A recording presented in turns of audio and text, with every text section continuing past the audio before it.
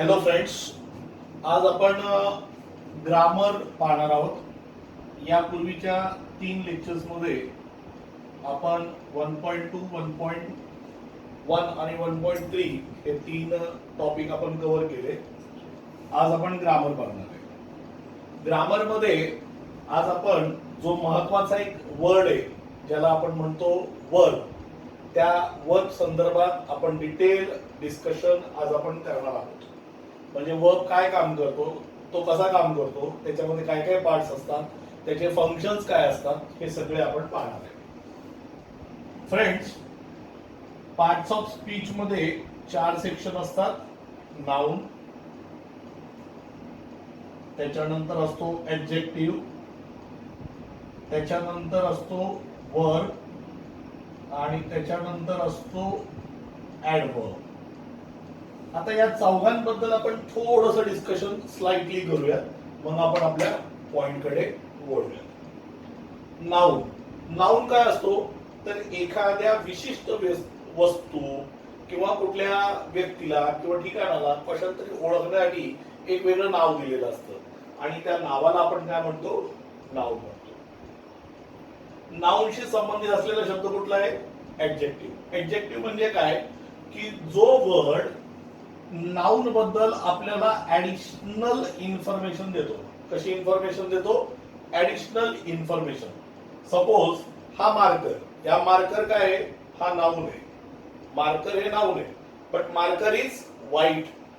Marker कसा आहे, पांढरा आहे. हा त्याचं काय विशेषण आहे, ऍडजेक्टिव्ह आहे आणि म्हणून आपण याला म्हणतो ऍडजेक्टिव्ह. त्याच्यानंतर येतो वर्ब.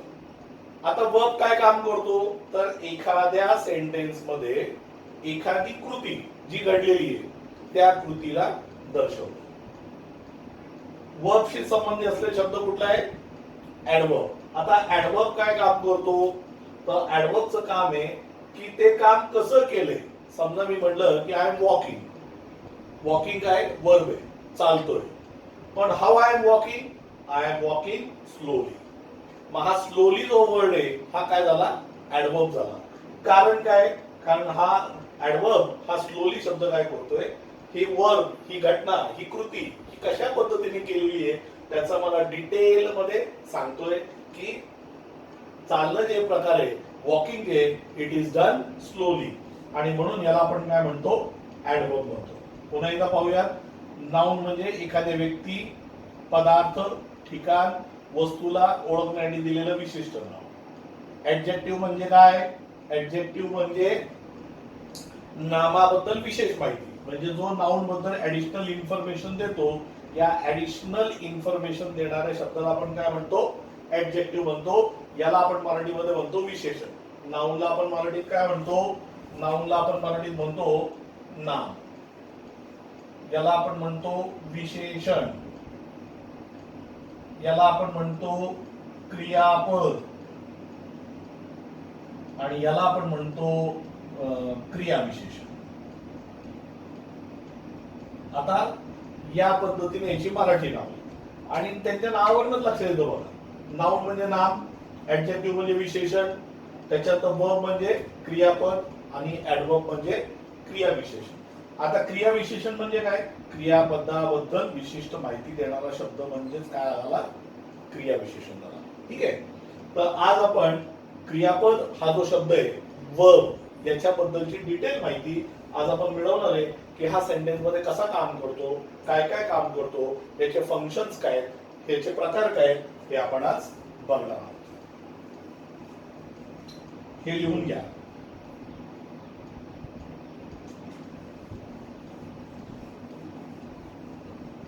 काही लिहायचं राहिलं असेल तरी तुम्ही नंतर व्हिडिओ पॉज करून तुम्ही लिहू शकता. त्याच्यामुळे मी तिथं जास्त वेळ थांबत नाही. आता वर्ब म्हणजेच क्रियापद. आता कुठलंही सेंटेन्स हे क्रियापदाशिवाय असूच शकत नाही. क्रियापद हे पाहिजेच. म्हणजे एखाद्या शब्दामध्ये कर्ता नसेल चालू शकेल, कर्म नसेल चालू शकेल, कर्ता नाहीये, कर्म नाहीये, विशेषण नाहीये, क्रियाविशेषण नाहीये, काहीच नाहीये चालेल, पण असं कुठलंही क्रिया वाक्य नसतं की ज्या वाक्यामध्ये वर्ब किंवा क्रियापद नाही, असं कुठलंही वाक्य तयार झालेलं नाही, असं कुठलंही वाक्य अस्तित्वात नाही. म्हणून प्रत्येक वाक्यामध्ये क्रियापद असणं गरजेचं आहे. Verb must be present. Verb शिवाय कुठलंही क्रियापद, कुठलंही वाक्य हे तयार होऊ शकत नाही. का? महत्वाचा प्रश्न आहे. असं का? तर वर्ब जो असतो हा प्रत्येक वाक्यामध्ये दोन भूमिका निभावतो. किती भूमिका निभावतो? दोन. प्रत्येक क्रियापद वाक्यामध्ये दोन भूमिका निभावतं. क्रियापदाचे कार्य दोन. क्रियापदाची इंग्लिश व्याख्या माहिती तुम्हाला? क्रियापदाला इंग्लिश व्याख्या म्हणजे वर्बला इंग्लिश डेफिनेशन म्हणतात अन ऍक्शन वर्ड. काय म्हणतात? Action word. म्हणजेच वर्ब वाक्यामध्ये काय करतो? आपल्याला ऍक्शन दाखवतो. काय दाखवतो आपल्याला? ऍक्शन. ऍक्शनच्याच बरोबरीने वर्बचं दुसरं काम असतं वाक्याचा टेन्स दाखवणं. म्हणजे एखादं वाक्य कोणत्या काळामध्ये हे सुद्धा आपल्याला कोण दाखवतं? तर आपल्याला वर्ब दाखवतं. मित्रांनो, याच्यावर आपल्याला दोन गोष्टी लक्षात आल्या की प्रत्येक वर्ब जो आहे एक तर ऍक्शन दर्शवणार, दुसरं काय दर्शवणार? टेन्स दर्शवणार. ऍक्शन आणि टेन्स. आता प्रत्येक काळाला कुठला तरी टेन्स आहेच ना. तो वर्तमान काळ असेल, तो भूतकाळ असेल, तो भविष्य असायलाच पाहिजे ना. त्याच्याशिवाय वाक्य कसं काय तयार होणार? आणि जर त्याच्याशिवाय वाक्य तयार होऊ शकत नाही तर काळ जर आपल्याला ओळखायचा असेल तर वाक्यामध्ये आपल्याला कशाची गरज आहे? आपल्याला वर्बची गरज आहे. बर, कृती एक वेळ नाही दर्शवली आपण मान्य करू शकतो, पण कृती सुद्धा दर्शवण्याचं काम कोण करतं? वर्ब करतो. म्हणजे वर्बचे दोन फंक्शन आपण आता पाहिले की पहिलं फंक्शन आपण पाहिलं की वाक्यामध्ये काय करायचं? त्यांनी ऍक्शन दाखवायची. आणि दुसरं काय बघितलं आपण? त्यांनी वाक्यामध्ये काय करायचं? टेन्स दर्शवायचा. असे दोन कार्य आपण त्याचे पाहिले. आता या दोन गोष्टींवरनं आता आपल्याला काय करायचंय? वर्बचे प्रकार बघायचे. इथपर्यंत प्रकार लक्षात आला असेल तर एवढं मी रद्द करतो आणि पुढे मी लिहायला सुरुवात करतो. आता मूळ वर्बचे दोन प्रकार असतात. क्रियापदाचे मूळ प्रकार किती? दोन. एकाला आपण म्हणतो फायनाइट वर्ब, दुसऱ्याला आपण म्हणतो इनफायनाइट वर्ब. पहिल्याला आपण काय म्हणतो? Finite verb. दुसऱ्याला आपण काय म्हणतो? इनफायनाइट वर्ब, किंवा याला नॉन फायनाइट सुद्धा म्हणलं जातं. फायनाइट वर्ब किंवा non finite verb. Finite, non finite, finite, infinite दोन्ही शब्द त्याला पर्याप्त आहे, परंतु जास्ती प्रकार त्याला काय म्हणलं जातं? नॉन फायनाइट वर्ब असं त्याला म्हटलं जातं. आता हे फायनाइट वर्ब आणि नॉन फायनाइट वर्ब काय असतं हे समजून घेऊया. मित्रांनो, एखाद्या वाक्यामध्ये जो वर्ब असतो,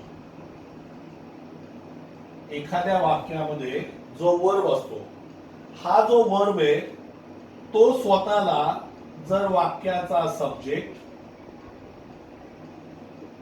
किंवा ऑब्जेक्ट, वाक्याचा टेन्स याप्रमाणे दोन ह्याच प्रकारे सब्जेक्ट ऑब्जेक्ट हे दोन्ही एकसारखेच आहेत आणि टेन्स याप्रमाणे जर स्वतःमध्ये बदल घडवून आणत असतील तर त्याला आपण म्हणतो फायनाइट वर्ब.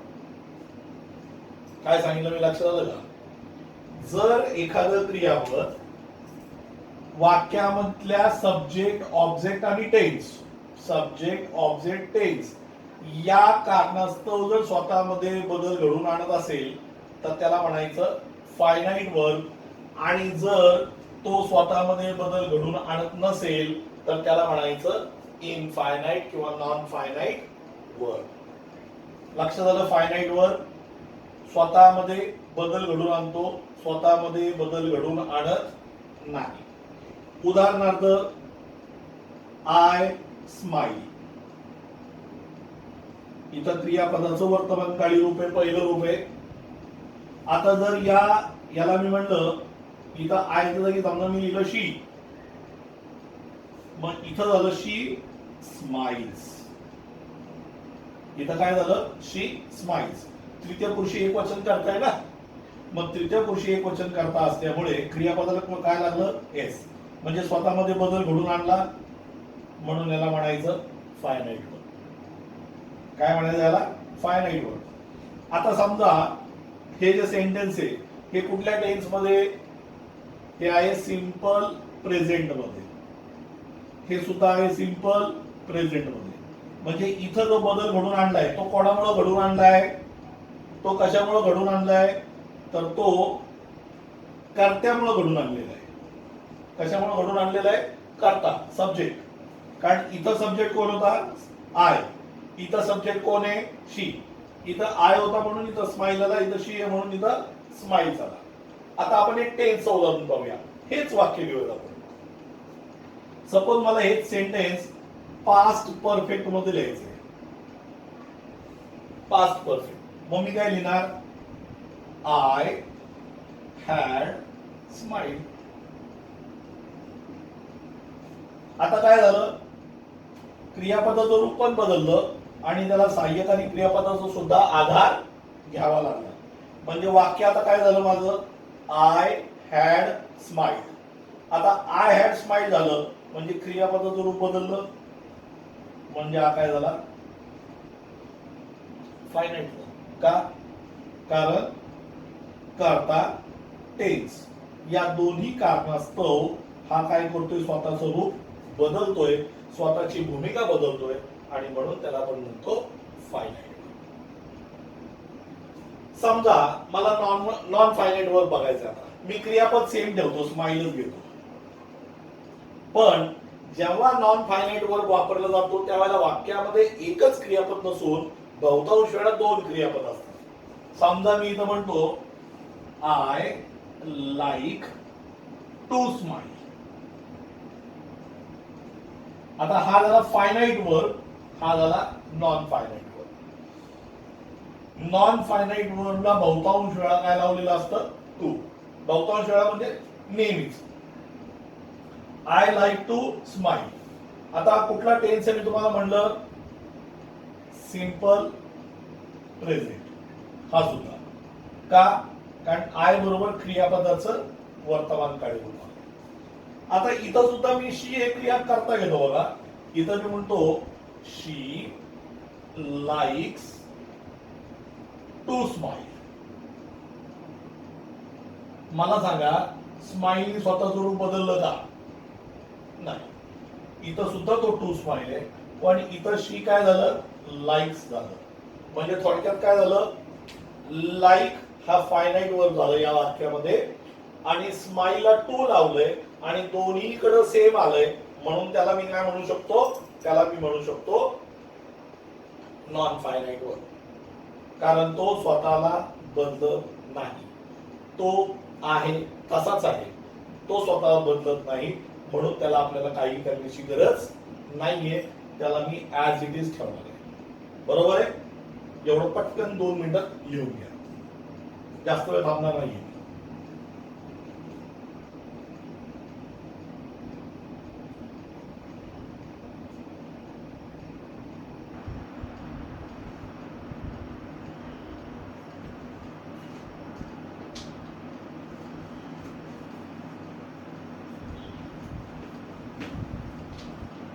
आता नेक्स्ट प्रकार आहे फायनाईट आणि नॉन फायनाईट. हा प्रकार तुम्हाला समजलाय असं मी अपेक्षित धरतो आणि यातला जो पुढचा प्रकार आहे तो मी सांगायला सुरुवात करतो. ठीक आहे. आता वर्बचा जो पुढचा प्रकार आहे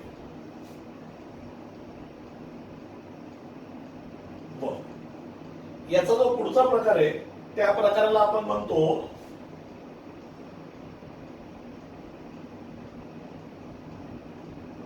ट्रान्झिटिव्ह इंट्रान्झिटिव्ह. नावं थोडीशी अवघड आहेत पण ऐकलेली आहेत तुम्ही, मला माहिती आहे ही नावं तुम्ही ऐकलेली आहेत. वर्बचे दोन प्रकार असतात, एकाला आपण म्हणतो ट्रान्झिटिव्ह वर्ब, दुसऱ्याला आपण म्हणतो इंट्रान्झिटिव्ह वर्ब.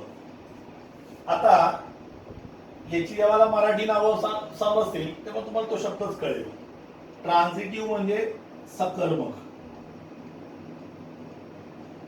आणि इंट्रान्झिटिव्ह म्हणजे अकर्मक. आता समजलं. ट्रान्झिटिव्ह म्हणजे कुठला? सकर्मक. इंट्रान्झिटिव्ह म्हणजे कुठला? अकर्मक. याच्यामध्ये एका शब्दाच्या एका पार्टला मी अंडरलाईन करतो, तो म्हणजे कर्म. कर्माला आपण इंग्लिश मध्ये काय म्हणतो? ऑब्जेक्ट म्हणतो. काय म्हणतो आपण त्याला? ऑब्जेक्ट. ऑब्जेक्ट म्हणजे काय? कर्म. आता इथं मी म्हणलं सकर्मक आणि इथं मी म्हणलं अकर्मक. आता सकर्मक म्हणजे काय? तर अशी क्रियापद ज्यांना कर्म असतो त्याला आपण ट्रान्झिटिव्ह म्हणतो. इंट्रान्झिटिव्ह ज्याला कर्म नसतो त्याला आपण अकर्मक म्हणतो. थोडीशी व्याख्या मी बदलतो, थोडस सांगण्याची पद्धत मी बदलतो. मी असं म्हणेन की अशी क्रियापद ज्यांना कर्माची गरज नसते त्याला आपण अकर्मक म्हणतो आणि ज्याला कर्माची गरज असते त्याला आपण सकर्मक म्हणतो. म्हणजे एखाद्या शब्दाला स्वतःचा अर्थ पूर्ण करण्यासाठी जर कर्माची गरज पडत असेल तर त्याला आपण ट्रान्झिटिव्ह म्हणायचं आणि जर कर्माची गरज पडत नसेल तर त्याला आपण आकर्मक म्हणायचं. एवढं लिहूया पटकन.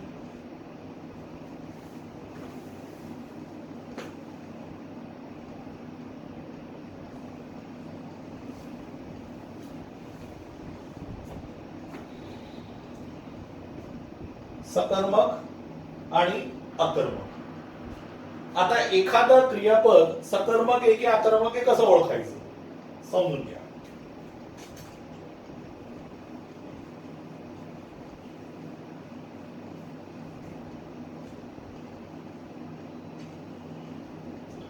समजा मी म्हणतो the boy is writing. The boy is writing. आता जेव्हा मी असं म्हणतो द बॉय इज रायटिंग, त्याच्यात क्रियापद कुठलं आहे? रायटिंग आहे. बरोबर आहे. त्याच्यात क्रियापद काय? रायटिंग आहे. आता रायटिंग क्रियापद असताना याला जर मी व्हॉट किंवा whom, लक्षात घ्या मी काय सांगितलं, याला जर मी व्हॉट किंवा whom या दोन्ही पैकी कुठला तरी प्रश्न विचारू शकलो तर त्याला म्हणायचं सकर्मक किंवा ट्रान्झिटिव्ह वर्ब. जर मी विचारू शकलो नाही तर त्याला म्हणायचं इंट्रान्झिटिव्ह वर्ब. समजा the boy is writing what, मला प्रश्न पडू शकतो ना व्हॉट. मग काय लिहितोय? लेटर लिहितोय, एसे लिहितोय, पोयम लिहितोय, सॉन्ग लिहितोय, आर्टिकल लिहितोय, क्वेश्चनचे आन्सर लिहितोय. त्याचे आन्सर मल्टिपल असू शकतात, पण त्याला मी प्रश्न विचारू शकतो व्हॉट म्हणून, तो झाला ट्रान्झिटिव्ह. शी इज कॉलिंग. आता मी इथंच थांबलो. समजा शी इज कॉलिंग, मी इथं शी इज कॉलिंग व्हॉट नाही म्हणू शकत, पण मी म्हणू शकतो ना शी इज कॉलिंग हुम, ती कोणाला बोलवते किंवा कोणाला फोन करते. मी असा प्रश्न विचारू शकतो. म्हणजे काय किंवा कोणाला असा प्रश्न ज्यावेळेला विचारू शकतो आपण तर त्यावेळेला तो वर्ब कुठला असतो? ट्रान्झिटिव्ह वर्ब असतो. ज्या वेळेला आपण विचारू शकत नाही त्यावेळेला आपण म्हणतो त्याला इंट्रान्झिटिव्ह. आता इंट्रान्झिटिव्हचं एक एक्झाम्पल बघा. The bird is flying. The bird is flying. आता द बर्ड इज फ्लाइंग, त्याला विचारू शकतो का what is the bird flying? नाही. का? पक्षी उडतोय, त्याचं रोजच काम आहे. उंच भरारे घेणे, हवेमध्ये उंच उडणे, त्याच्या रोजची सवय, रोजचं काम आहे त्याचं कामच ते, त्याची विधीच ती आहे. त्यामुळे मी त्याला विचारू शकत नाही द बर्ड इज फ्लाइंग, पक्षी उडतोय, पक्षी उंच भरारे घेतोय, मी त्याला विचारू शकत नाही. आणि फ्लाइंग म्हणून काय झाला? इंट्रान्झिटिव्ह वर्ब झाला. कुठला वर्ब झाला? इंट्रान्झिटिव्ह वर्ब, म्हणजेच अकर्मक क्रियापद. अकर्मक का झाला? कारण याला पुढे कर्माची गरज नाही. याला कर्माची गरज आहे, याला कर्माची गरज आहे, म्हणून हे झाले ट्रान्झिटिव्ह. आणि हा सुद्धा झाला ट्रान्झिटिव्ह. याला कर्माची गरज नाही म्हणून हा झाला इंट्रान्झिटिव्ह. जर याला पण गरज असते तर आपण काय म्हणलं असतं? याला पण गरज असते तर आपण काय म्हणलं असतं? ट्रान्झिटिव्ह वर्ब. आता हेच क्रियापद मी दुसऱ्या पद्धतीने वापरून दाखवतो मला. The boy is flying kite. आता मुलगा हा काय उंच भरायला नाही घेत ना, म्हणून इथं फ्लाइंग म्हणजे काय? उडवतोय. काय उडवतोय? पतंग उडवतोय. म्हणजे आता या ठिकाणी मात्र आहे क्रियापद काय झालं? ट्रान्झिटिव्ह वर्ब झालं. का? तर इथं त्याला कर्माची गरज आहे. इथं कर्माची गरज होती का? नव्हती. इथं कर्माची गरज आहे आणि इथे कर्माची गरज असल्यामुळे याला आपण म्हणायचं ट्रान्झिटिव्ह वर्ब. इथं गरज नव्हती म्हणून याला म्हणायचं इनट्रान्झिटिव्ह वर्ब. फरक लक्षात येतोय? We are walking. Walking intransitive verb. काय चालतंय विचारू शकता? कोणाला चालतंय विचारू शकता? नाही. We are walking. आता वी आर वॉकिंग ज्याला आपण म्हणतो तर मी चालत आहे किंवा आम्ही चालत आहोत, तर काय चालतंय किंवा कोणाला चालतंय नाही विचारू शकत. आणि म्हणून या वॉकिंगला आपण काय म्हणतो? या वॉकिंगला आपण काय म्हणतो? इनट्रान्झिटिव्ह वर्ब असं म्हणतो, कारण याला कर्माची गरज नाही. शॉर्ट मध्ये एक व्याख्या मी अशी देऊ शकतो की जे क्रियापद कर्माशिवाय स्वतःचा अर्थ पूर्ण करू शकतात त्याला आपण ट्रान्झिटिव्ह वर्ब सॉरी जे क्रियापद कर्माशिवाय स्वतःचा अर्थ पूर्ण करू शकतात त्यांना आपण इनट्रान्झिटिव्ह वर्ब म्हणतो. जे कर्माशिवाय स्वतःचा अर्थ पूर्ण करू शकत नाही त्यांना आपण ट्रान्झिटिव्ह वर्ब असे म्हणतो. म्हणजे स्वतःचा अर्थ पूर्ण करण्यासाठी कर्माची गरज असेल तर ट्रान्झिटिव्ह, नसेल तर इनट्रान्झिटिव्ह, असेल तर सकर्मक, नसेल तर अकर्मक. आता एक लक्ष घ्या, या वाक्यामध्ये कर्म नाहीये पण असू शकतं ना, प्रश्न निर्मित होऊ शकतो ना. इथं प्रश्न निर्मित होतो का? नाही. वी आर वॉकिंग विचारणारच नाही कुणी, व्हॉट किंवा होम. हा, बाकीचे प्रश्न विचारू शकता, वाय विचारू शकता, वेअर विचारू शकता, वेन विचारू शकता, हाऊ स्लोली फास्ट ते विचारू शकता. परंतु हे दोन प्रश्न विचारले जाऊ शकतात का? नाही, कारण हे दोन शब्द वाक्यातला कर्म दर्शवतात. व्हॉट आणि होम हे दोन काय दर्शवतात? वाक्यातील कर्म दर्शवतात. इथं बाकी प्रश्न, the bird is flying, where, how, when, कुठलाही प्रश्न विचारला जाऊ शकतो डब्ल्यूएच क्वेश्चन्स पैकी, पण हे दोन नाही विचारले जाऊ शकत. आणि हे दोन विचारले जाऊ शकत नाही म्हणून हा इनट्रान्झिटिव्ह आहे. याला हे दोन विचारले जाऊ शकतात. The boy is writing, where is the boy writing विचारू शकता, Wien is the boy writing विचारू शकता. परंतु हे दोन शब्द विशेष करून, हे दोन डब्ल्यूएच वर्ड्स, हे दोन प्रश्नार्थक शब्द विशेष करून काय दर्शवतात? तर हे विशेष करून हे शब्द कर्म दर्शवतात, वाक्यातला ऑब्जेक्ट दर्शवतात आणि वाक्यातला ऑब्जेक्ट दाखवत असल्यामुळे त्याला ट्रान्झिटिव्ह वर्ब म्हणायचं.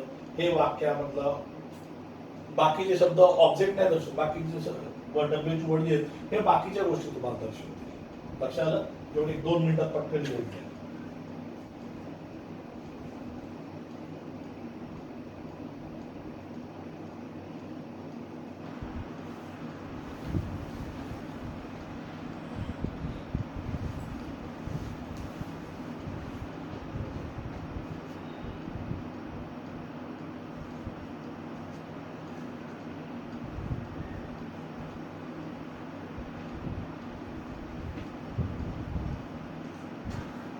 अजून काही उदाहरणं पाहूयात आपण.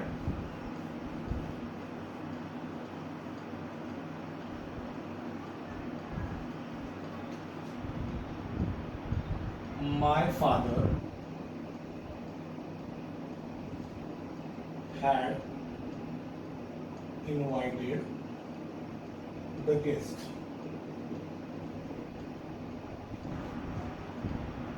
My father had invited the guest. याच्यात वर्ब कुठला आहे? Which is the verb? Invited. What is guest? It is object. आता याच्यामध्ये ऑब्जेक्ट आले. आता समजा मी एवढंच फक्त म्हणलं असतं माय फादर हॅड इन्व्हायटेड, तर तुम्ही याला व्हॉट नाही पण होम प्रश्न विचारू शकले असते ना. आणि मग होम क्वेश्चनचं तुम्हाला आन्सर काय मिळणार? The guest. म्हणजेच हा जो इन्व्हायटेड आहे हा वर्ब कुठला झाला? ट्रान्झिटिव्ह वर्ब झाला. कुठला वर्ब झाला? ट्रान्झिटिव्ह वर्ब. जर इथं मी केस लिहिलं नाही तरी मी प्रश्न विचारू शकतो ना होम याला, म्हणून हा कुठला वर्ब झाला? ट्रान्झिटिव्ह वर्ब झाला. She had laughed. आता she had laughed. आता मी याला what प्रश्न विचारू शकतो का? What had she laughed? नाही. Whom विचारू शकतो? नाही. म्हणून हा वर्ब कुठला झाला? इंट्रान्झिटिव्ह. कारण मी याला what, whom हे दोन्हीपैकी कुठलाही प्रश्न विचारू शकत नाही. याला मात्र मी दोन्हीपैकी whom विचारू शकतो, म्हणून हा काय झाला? ट्रान्झिटिव्ह वर्ब झाला. याला मी विचारू शकत नाही, म्हणून हा काय झाला? इंट्रान्झिटिव्ह वर्ब झाला. ठीक आहे. आता ईटिंग समजा मी म्हणलं, किंवा एट घेतला मी समजा, ate. We ate a lot. We ate a lot. वाक्य पूर्ण आहे बघा. We ate a lot. आम्ही खूप खाल्लो. अरे पण खाल्लं म्हणल्यानंतर मी विचारू शकतो ना काय खाल्लं? What did you eat? तुम्ही काय खाल्लं? व्हॉट यू एट विचारू शकतो की नाही? म्हणून एट शब्द काय झाला? ट्रान्झिटिव्ह झाला. तो इंट्रान्झिटिव्ह नाही. लक्षात आलं? We ate a lot. आम्ही खूप खाल्लो. My brother solved the paper. My brother solved the paper. आता my brother सब्जेक्ट आहे आणि सॉल्ड काय? वर्ब आहे. पण फक्त सॉल्ड, माय ब्रदर सॉल्ड म्हणल्यानंतर मला प्रश्न पडतोय की नाही? काय सोडवलं त्यांनी? The paper. काय सोडवलं त्यांनी? पेपर सोडवलाय. मी तिथं वापरू शकतो. म्हणजे हा सॉल्ड काय झाला? ट्रान्झिटिव्ह वर्ब झाला. तो इंट्रान्झिटिव्ह नाही. ठीक आहे. पॉज करून तुम्ही लिहू शकता. त्याच्यासाठी थांबण्याची आवश्यकता वाटत नाही.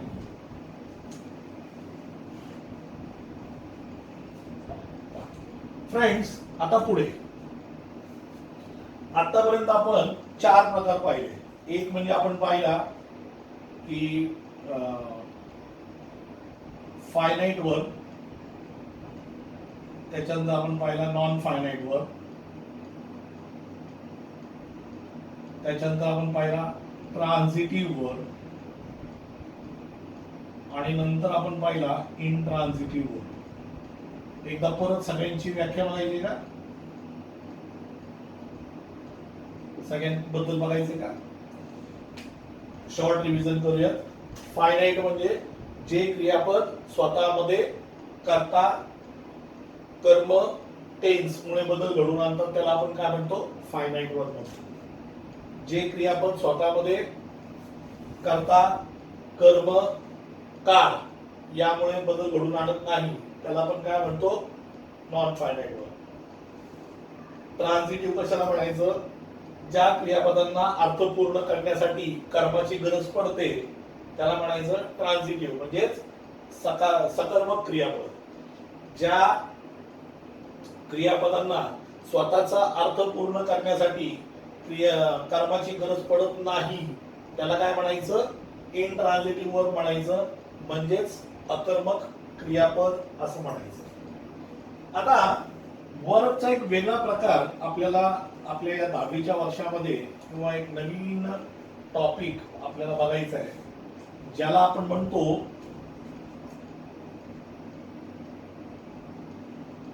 जिरंड. आता जिरंड काय असतो? जिरंड हा जो प्रकार आहे हा थोडासा वेगळा आहे. आता जिरंड हा सुद्धा संबंधित कशाशी आहे? क्रियापदाशीच आहे. म्हणजे क्रियापदाशीच रिलेटेड असलेला, क्रियापदावरूनच आणि क्रियापदाच्यानीच तयार झालेला हा शब्द आहे, ज्याला आपण काय म्हणतो, जिरंड. आता जिरंड काय असते नीट बघा. क्रियापदाची 5 रूपं तुम्हाला माहिती आहेत. Present tense, V2 past tense, V3 past participle, V4 म्हणजे प्रेझेंट पार्टिसिपल आणि V5 फक्त परत प्रेझेंट टेन्स. हे दोन्ही एकसारखे आहेत. आता याला फक्त क्रियापदाला एस किंवा ईएस प्रत्यय लागतो तृतीय पुरुषी एकवचन कर्त्याबरोबर. तृतीय पुरुषी एकवचन कर्त्याबरोबर याला लागत नाही, याला मात्र लागतं, आणि म्हणून आपण त्याला एक वेगळं स्थान, वेगवेगळे प्लेस आपण त्याला दिलेली आहे. आज आपल्याला हा जो वर्ड आहे याच्याबद्दल बोलायचं आहे. ठीक आहे. Present participle form. आता प्रेझेंट पार्टिसिपल फॉर्म म्हणजे काय? प्रेझेंट पार्टिसिपल फॉर्म म्हणजे एखाद्या वर्बला जेव्हा आपण आयएनजी लावतो, एखाद्या वर्बला आपण काय लावतो? आयएनजी. आणि आयएनजी लावल्यानंतर आपण त्याला प्रेझेंट पार्टिसिपल फॉर्म म्हणतो. फॉर एक्झाम्पल, इटचं काय होईल? ईटिंग. त्याच्यानंतर रनचं रनिंग, कुकचं कुकिंग, सीचं सी, किलचं किलिंग, हेल्पचं हेल्पिंग. सगळे आपल्याला माहिती आहे. ठीक आहे. हे सगळे क्रियापद आपल्याला माहिती आहे. ह्या सगळ्यांना आपण म्हणतो प्रेझेंट पार्टिसिपल फॉर्म. ईटचं ईटिंग, रनचं रनिंग, कुकचं कुकिंग, सीचं सीइंग, किलचं किलिंग, हेल्पचं हेल्पिंग. म्हणजे एखाद्या क्रियापदाला, एखाद्या वर्बला जेव्हा आयएनजी प्रत्यय लागतो, त्याला आयएनजी प्रत्यय लागतो, तो काय होतो? प्रेझेंट पार्टिसिपल फॉर्म होतो. आता जिरंड काय असतं ते समजून घ्या. थोडा किचकट वाटू शकतो तुम्हाला, पण नाहीये किचकट. नीट समजून घ्या. एखादं वर्ब प्लस आयएनजी फॉर्म जे असतं, जेव्हा सेंटेन्स मध्ये हा वर्ब नसून तो सब्जेक्ट किंवा ऑब्जेक्ट, इनडायरेक्टली मी याला म्हणू शकतो नाउन च काम करतो, त्यावेळेला त्याला आपण जिरंड म्हणतो. गाडी कशी गेली नीट बघा बरं का. इथं मी म्हणतोय काय? Verb plus आयएनजी. वर्ब जो असतो तो सेंटेन्स मध्ये वर्बचं काम न करता, म्हणजे आहे वर्ब पण वर्बचं काम न करता सब्जेक्ट किंवा ऑब्जेक्ट म्हणजेच नाउनचं काम करतो, त्याला आपण जिरंड म्हणतो. For example,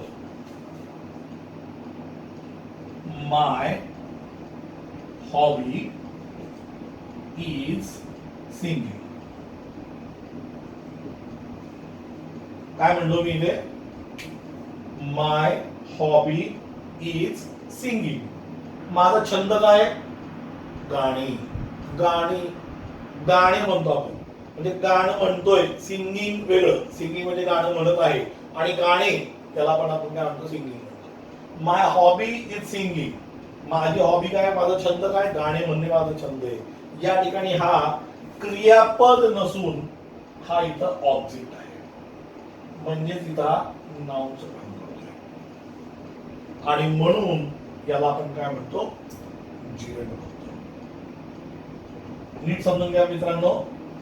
my hobby is singing, म्हणजेच सिंगिंग या ठिकाणी काय करतोय, ऑब्जेक्टचं काम करतोय. आता याला मी उलट पण करू शकतो, सिंगिंग इज माय हॉबी, त्याला काय फरक नाही पडत. पण आपण दुसरं वाक्य लिहूया, helping poor is good charity.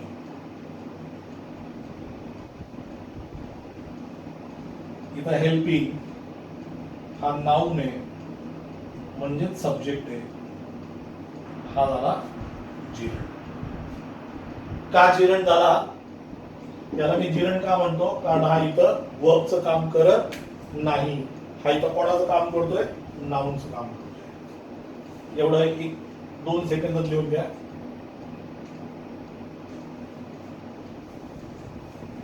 अजून बघूया.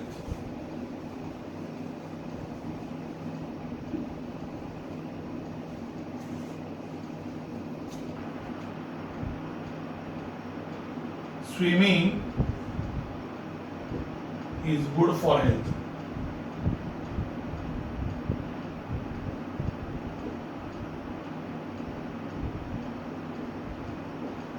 आता या ठिकाणी स्विमिंग काय वर्ब आहे, पण इथं वर्बचं काम नाही करत आहे, इथं तो सब्जेक्टचं काम करतोय. Swimming is good for health आणि म्हणून याला आपण म्हणतो जिरण.